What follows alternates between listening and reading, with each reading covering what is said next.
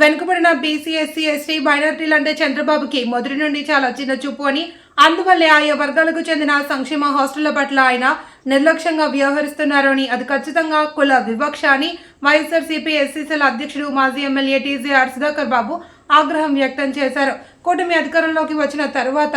రాష్ట్ర వ్యాప్తంగా ఉన్న సంక్షేమ హాస్టల్లో 900 మందికి పైగా విద్యార్థులు అస్వస్థతకు గురై ఆసుపత్రుల పాలయ్యారని, జాతీయ మానవ హక్కుల వేదిక లెక్కల ప్రకారం ఈ సంఖ్య 2019 నుండి 3 ఏళ్ల పాటు దేశవ్యాప్తంగా జరిగిన ఘటనల కన్నా ఎక్కువని తెలిపారు. విద్యార్థుల దుర్భర పరిస్థితుల మధ్య చదువులు సాగించలేని పరిస్థితులు ఉంటే మంత్రి లోకేష్ మాత్రం ప్రత్యేక విమానాల్లో విదేశాలు తిరుగుతూ జల్సాలు చేస్తున్నాడు అని ధ్వజమెత్తారు. వేదిక అనుసారంగా 2019 సంవత్సరం మధ్యకాలంలో దేశం మొత్తం మీద 3 సంవత్సరాల కాల పరిమితిలోనే ఆ నెంబర్ లేదు.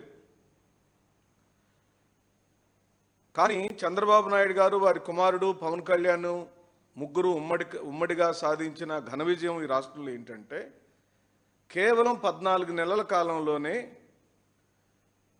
అనాథనైన బిడ్డలకు, ఆ సంక్షేమ హాస్టల్లో చదువుకునే చిన్న బిడ్డలకు, గురుకుల పాఠశాలలో చదువుకునే చిన్న బిడ్డలకు, ప్రభుత్వం మీద ఆధారపడి బ్రతుకుతున్న చిన్న బిడ్డలకు పురుగులతో కూడిన భోజనాన్ని వడ్డించడం ఈ రాష్ట్రంలో చేసుకున్న దౌర్భాగ్యమైన పరిస్థితిగా మేము చూస్తూ, ప్రభుత్వానికి ఏమాత్రం సిగ్గు లేకుండా సంక్షేమ హాస్టల్ అనే అంశాన్ని నమ్మకుండా, సంక్షేమ హాస్టల్ యొక్క స్ఫూర్తిని దెబ్బతీస్తూ,